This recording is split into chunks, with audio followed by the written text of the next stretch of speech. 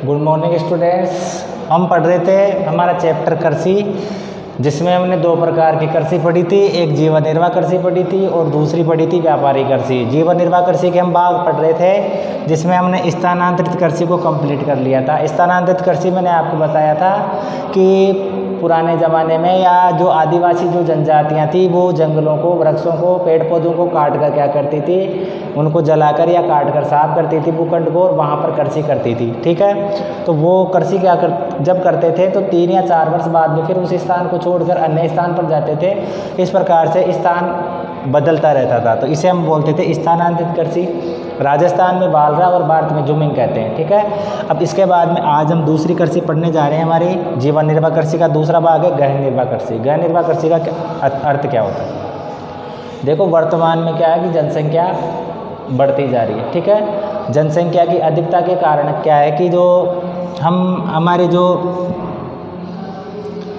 खाद्यान्न है, या एक तरीके से हम कहें कि हमारे जो कृषि का स्वरूप है उसमें परिवर्तन आया, तो खाद्यान्नों को प्राप्त करने के लिए हम क्या करेंगे, ज़्यादा से ज़्यादा कृषि, मतलब एक ही वर्ष में क्या करेंगे, 2 या 3 फसलें पैदा करेंगे, और उनके माध्यम से क्या है, हम हमारी आवश्यकताओं को पूरा करेंगे। तो इसमें क्या होता है कि गहन निर्वाह कृषि में क्या होता है, परंपरागत तरीके से क्या करते हैं कि जो कृषि होती है वो एक ही वर्ष में, एक ही भूखंड पर एक ही वर्ष में 2 या 3 कृषि प्राप्त की जाती है, 2 या 3 फसलें पैदा की जाती है। जैसे आप जानते हो, एक होती है रबी की फसल, नंबर 2 खरीफ की फसल, नंबर 3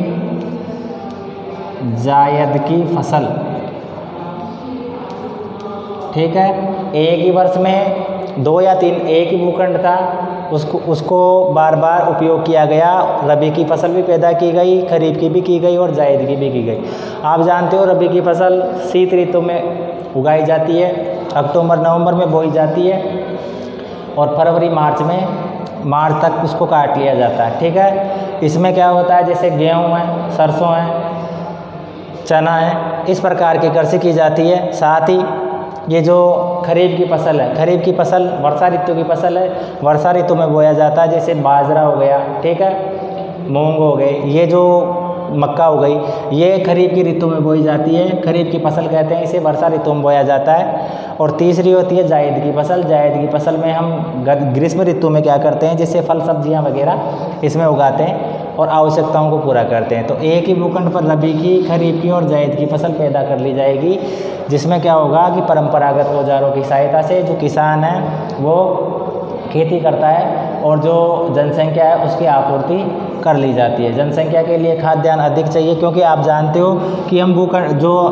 हमारी पृथ्वी है वो तो सीमित है, पृथ्वी तो क्या है, सीमित है, लेकिन हम इसका उपयोग है, उस उपयोग में परिवर्तन करेंगे, परिवर्तन करके हम क्या कर सकते हैं, हमारी जो आवश्यकता है उनको पूरा कर सकते हैं। तो गहन निर्वाह कृषि का मतलब क्या हो गया, एक ही भूखंड पर वर्ष में 2 या 3 फसलें पैदा की जाए, और उसके द्वारा जो जनसंख्या है उसका जनसंख्या की आवश्यकताओं को पूरा किया जाए। तो ऐसी जब कृषि की जाती है तो उसे हम क्या बोलते हैं, गहन निर्वाह कृषि कहते हैं। क्या कहते हैं इसे, गहन निर्वाह कृषि कहते हैं। ठीक है, तो इस तरीके से ये हमारी गहन निर्वाह कृषि होती है। गहन निर्वाह कृषि के अलावा फिर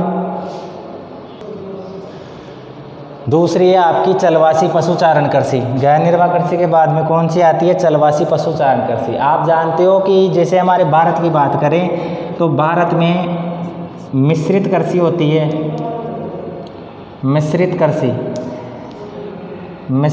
होती है। अब मिश्रित कृषि का अर्थ क्या होता है, मिश्रित कृषि का मतलब ये होता है कि दुनिया के जो लगभग सभी देश हैं वहाँ पर कृषि के साथ में, कृषि तो करते ही हैं, साथ में पशुपालन भी करते हैं। ठीक है, कृषि और पशुपालन दोनों किया जाता है। तो कृषि के साथ में पशुपालन करेंगे तो वो जो कृषि होती है उसे हम क्या कहते हैं, मिश्रित कृषि कहते हैं।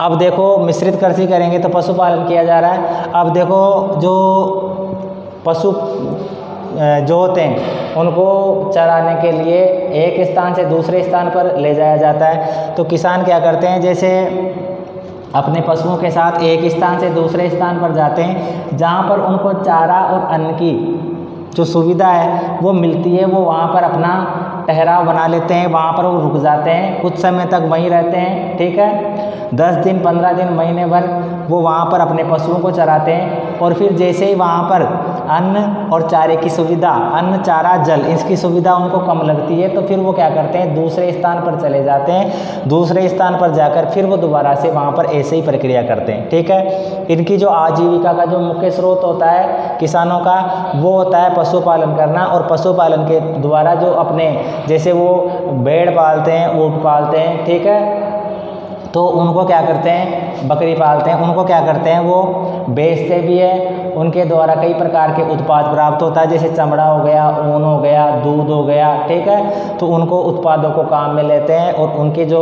उनको वो बेचकर अपनी आजीविका को चलाते हैं। तो इस प्रकार से आपकी तीसरी कृषि होती है, उसे अपन बोलते हैं पशु चारण कृषि या चलवासी पशु चारण कृषि। नाम से ही पता लग रहा है, चलवासी का मतलब है एक स्थान से दूसरे स्थान पर जाना, पशु चारण का मतलब है पशुओं को चराने के लिए, ठीक है। तो ये चलवासी पशु चारण कृषि होती है, जिसमें किसान अपने पशुओं के साथ एक स्थान से दूसरे स्थान पर जाते रहते हैं। उन्हें जहाँ पर जो अन्न और चारा और जल की सुविधा प्राप्त होती है, वहाँ पर वो अपना निवास स्थान बना लेते हैं। फिर वो दोबारा से जब इनकी सुविधा कम हो जाती है, तो फिर वो अन्य स्थान पर चले जाते हैं, अन्य स्थान पर जाकर फिर यही प्रक्रिया अपनाते हैं। इस प्रकार से ये क्या है कि ऋतुओं के अनुसार एक स्थान से दूसरे स्थान पर जो प्रवास है वो करते हैं। ऋतुओं के अनुसार एक स्थान से दूसरे स्थान पर जाते रहते हैं और जो अपना कार्य है उसे वो संपूर्ण करते रहते हैं। जो अपने जो पशु हैं, पशुओं के द्वारा जो प्राप्त उत्पाद होते हैं, जैसे दूध है, ठीक है, इसके अलावा चमड़ा है, ऊन है, इनसे वो क्या करते हैं, अपना गुजारा चलाते हैं, ठीक है, और इस तरीके से वो अपना जीवन चलाते हैं। तो ये 3 प्रकार की कृषि होती है। जीवन निर्वाह कृषि के भाग है स्थानांतरित कृषि, गैर निर्वाह कृषि और चलवासी पशुचारण कृषि। ओके, आगे की क्लास हम नेक्स्ट कल करेंगे।